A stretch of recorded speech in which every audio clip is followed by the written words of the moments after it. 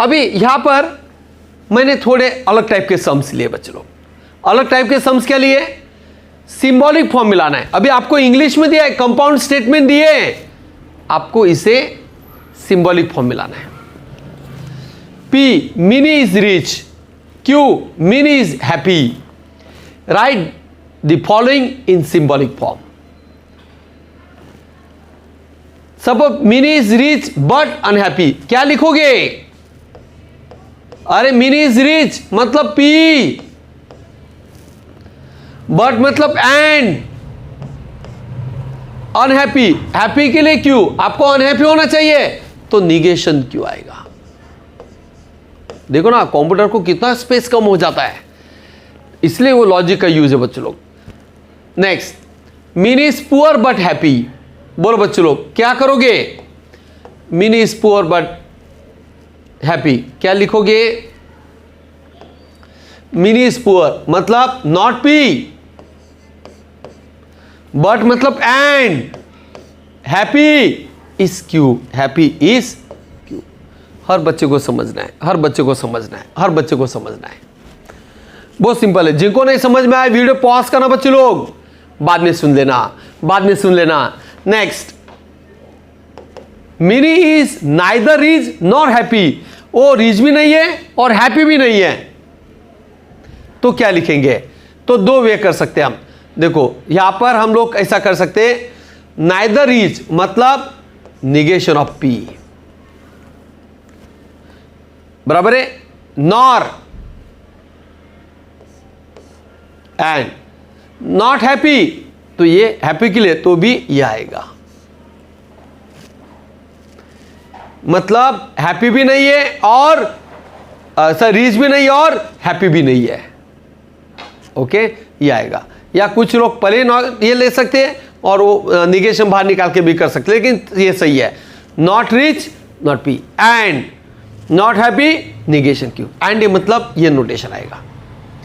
Last, mini is poor मतलब, mini is poor मतलब negation P और मतलब ये आएगा। She is both rich and unhappy, she is both rich and unhappy मतलब क्या होगा? शी इज बोथ मतलब पी, रिच के लिए पी, एंड मतलब ये, और अनहैप्पी क्यू है, तो ये निगेशन क्यू आएगा। Mini is neither, mini is poor तो निगेशन पी, और मतलब ये आएगा she is happy rich and unhappy, rich के लिए पी एंड निगेशन क्यू। इस टाइप से ये मैंने ऐसे इंग्लिश सेंटेंस थे, इससे हमने सिंबल मिलाए। ये इंग्लिश में था, हमने ये सिंबल मिलाए। ये भी बहुत इंटरेस्टिंग है बच्चे लोग, बहुत इंटरेस्टिंग है, ध्यान दो। अभी बच्चे लोग ध्यान दो, ये थर्ड पार्ट है, वैरायटी ले रहे हैं। फर्स्ट पार्ट में मैंने सिंपल नोटेशंस कनेक्टिव लेके समझाया सेंटेंस क्या होता है। सेकंड पार्ट में जो सिंबॉलिक फॉर्म में मैंने कन्वर्शन करके बताया। अभी ये जो सम्स है थर्ड पार्ट, यहां पर भी इसे मुझे सिंबॉलिक फॉर्म मिला के दिखाना है। P, I will study DM. Q, I will go to movie.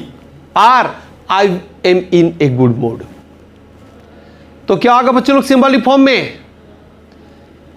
If I am not in a good mood then I will go to movie. बोलो क्या आएगा बच्चे लोग? ऐसे एग्जाम में सम्स आते हैं। सबसे पहले इफ और देन का पार्ट है। If I am not in a good mood मतलब निगेशन आर आएगा, हर बच्चे को आएगा। Then I will go to movie, I will go to movie मतलब implies Q.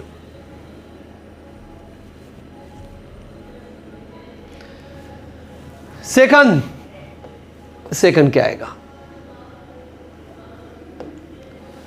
I will go to movie only if I will not study DM. मैंने बताया बच्चों लोग, ओनली इफ आए मतलब conditional. I will go to movie इसके लिए Q conditional है। I will not study DM, I will not study DM मतलब क्या आएगा? I will not study DM P आएगा, निगेशन पे आएगा। बहुत इंटरेस्टिंग है बच्चों लोग, बहुत इंटरेस्टिंग है। Next, I will not go to movie and I will study DM, तो क्या होगा? I will not go to movie मतलब निगेशन क्यू, एंड ये मतलब ये आएगा। I will study DM, I will study DM मतलब P, I will study DM मतलब पी। हर बच्चे को क्लियर हो जाएगा? Next, I will not study DM, then I am not in a good mood. अगर डीएम नहीं स्टडी करे तो मूड नहीं अच्छा था, तो बहुत अच्छा सेंटेंस, मतलब बहुत अच्छा सेंटेंस है। I will not study DM मतलब negation P. Implies I am not in a good mood, तो क्या होगा?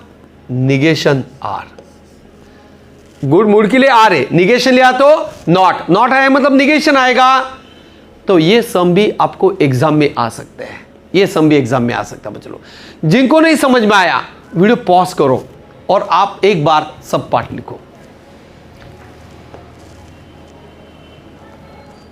Third, next, I am bore. Example number 4 है, आई एम बोर, क्यों? I have been waiting for 1 hour। Next, or, there is no bus. देखो what is P? I am bore, क्यों? I have been waiting for 1 hour। Or, there is no bus, there is no bus, there is no bus. तो यहां पर अभी तक हमने English को symbolic form मिला है। ये ऐसे समय बच्चे लोग जहां पे सिंबॉलिक फॉर्म में दिया है आपको इंग्लिश में लिखना है। बहुत इंटरेस्टिंग है, बहुत इंटरेस्टिंग है। आंसर 1, क्यू और आर। क्यू मतलब ये, I have been waiting for 1 hour और देयर इज नो बस, बराबर है। और ये मतलब यहां आएगा, I have been waiting for 1 hour और देयर इज नो बस, और देयर इज नो बस, और there is no bus. Second, answer second बहुत इंटरेस्टिंग है। Negation Q implies negation P. Negation Q मतलब Q is I have been waiting for 1 hour। What is negation Q? अरे हर बच्चों को आएगा, हर बच्चों को आएगा, हर बच्चों को आएगा। Negation Q, I have not been waiting for, बराबर है। तो आएगा I have not been waiting for 1 hour, for 1 hour। If आएगा, if I have not been waiting for 1 hour, then what is negation P? I am not in bore. I am not bore. If I have not, if conditional है, if negation मतलब if I have not been waiting for 1 hour, then there is negation P, then I am not bore. Simple, बहुत अच्छा, logic अच्छा लग रहा है, बराबर statement है। Answer 3, Q implies P. Q implies P मतलब ये आएगा, if I have been waiting for 1 hour, then I am bore, I am bored. Then I am bored. Or R implies P. What is mean by R? There is no bus, or there is no bus.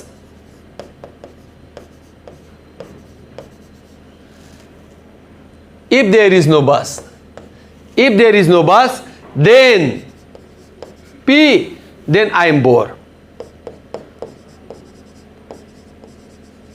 तो बच्चों लोग conditional 2 जगह पर, इसलिए मैंने e PAN दे लिया, और यहां पर भी ई पैन 2 आएगा। मुझे विश्वास है हर बच्चे को समझ में आएगा, मुझे विश्वास है हर बच्चे को समझ में आएगा।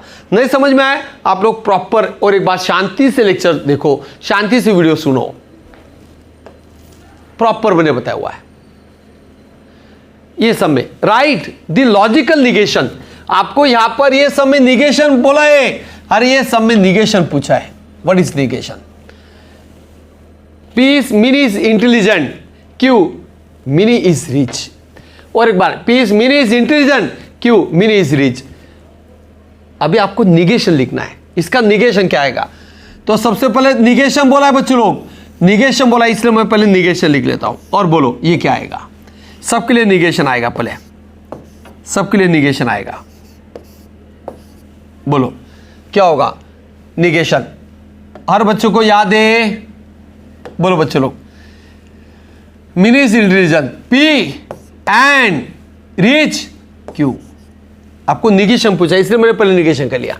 अब इसके लिए mini is intelligent, P but मतलब एंड